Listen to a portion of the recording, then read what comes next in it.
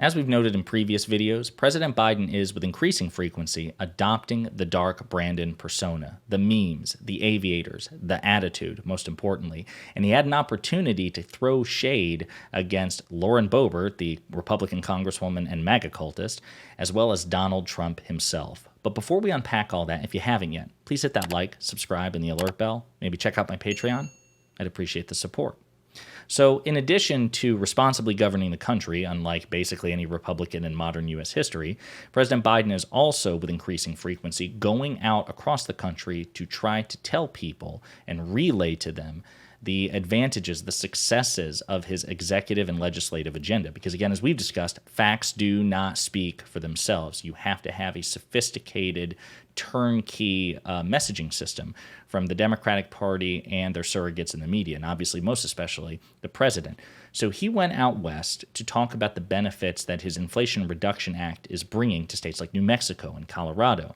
And he took the opportunity to throw shade on Lauren Boebert and Donald Trump. I want to play the clips, and we will unpack them together.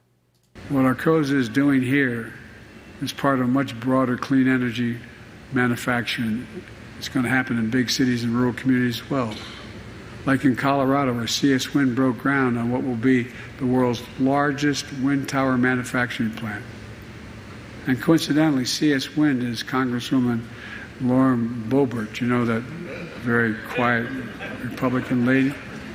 Calls her very quiet because, I mean, obviously she's a notorious hothead and loudmouth, and she is an infamous heckler of the president, along with Marjorie Taylor Greene, at all of his State of the Union addresses. So he's right to throw shade on her because he's trying to be the patient elder statesman during the State of the Union addresses while they're shouting invective at him. And he's usually pretty patient with it, but he's right to call her out for her disruptive nature. It's in her district, who, along with every other Republican, voted against this bill. And it's making all this possible. And she railed against its passage. But that's okay. She's welcoming it now.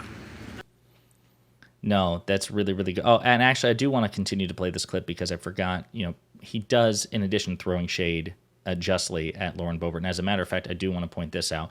So when it comes to what she opposed, the Inflation Reduction Act was opposed by, I think, pretty much every Republican in the Senate and in Congress, or in both chambers, the House and the Senate.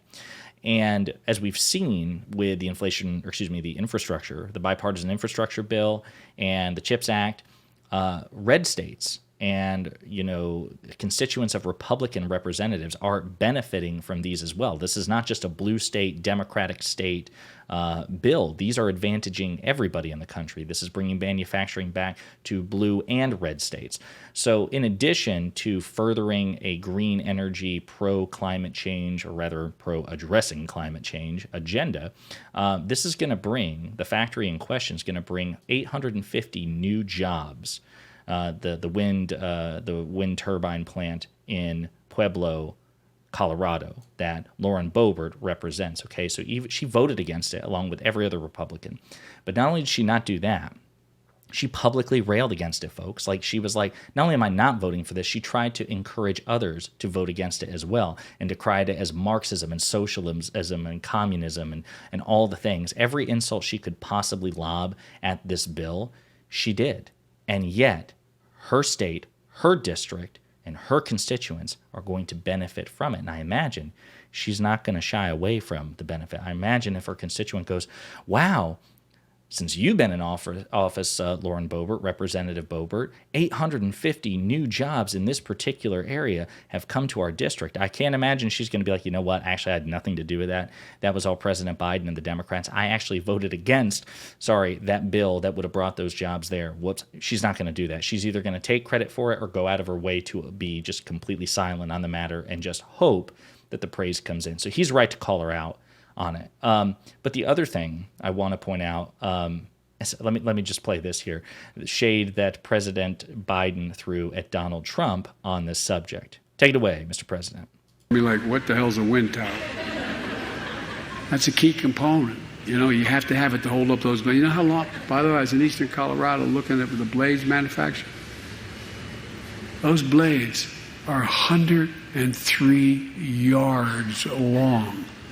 Longer than a football field. And by the way, they don't cause cancer. So you may or may not recall, but that was something that Donald Trump just bizarrely said. He's like, I've heard that that wind energy can cause cancer. I mean, they're killing all the birds and they're causing cancer. So again, President Biden is right to mock this nonsense coming from Boebert and Trump and the rest of MAGA. But the last thing I'll play is part of the first clip in which he offers, again, an affirmative message of why he is actively pursuing an agenda which is benefiting Republican states, Republican districts, even though he himself is a Democrat. When I ran for office, I promised to be president for all Americans. Whether you live in a blue state or a red state, I'm going to keep my promise. Before we made this... So it's true. Listen, and here's the thing. The office of the presidency, that's the one national office, right, that has, again, nationwide vote, right? You're talking about the president of the United States. It's supposed to be, in theory, a unifying position, right? So even if you're a partisan president, so like you're a Republican president or Democratic president, obviously you're going to associate yourself with the agenda of that party more than the other. There's no question about that, and I don't think anybody expects otherwise. But you should always pursue the interests of as many Americans as possible, including Americans of the opposite party, Americans who didn't vote for you, Americans who won't vote for you next time. And Joe Biden's actually doing that. He's putting his money where his mouth is. Donald Trump didn't do that. We have reports during COVID where Donald Trump was kicking around withholding federal funds from blue states to punish them for their defiance. He also talked about sending in federal troops to blue states during the George Floyd protests as well. Like, he was given, his wrath and his pettiness were disproportionately focused on states he identified as Democrat. He was not a bipartisan president. And by the way, that is a problem because he should have been. When he took the oath of office, he agreed to be a president for the entire United States. It's not something that's unique to Joe Biden. But Republicans grade Republicans on a curve. It's like, well, sure, Donald Trump was a divisive president, but he never said he wasn't going to be. It's like, that's inherent to the office. When you're running for president, you have an obligation to try to serve the American people, period, even if you think your party's agenda is the best way to get it done. Joe Biden's actually doing that. The Inflation Reduction Act, the CHIPS Act, the Bipartisan Infrastructure Act, the PACT Act for veterans. I mean, my God, the military tends to skew towards, conservatives. He is actually expanding their health care, even though they're probably conservative Republican voters, because he knows it's the right thing to do.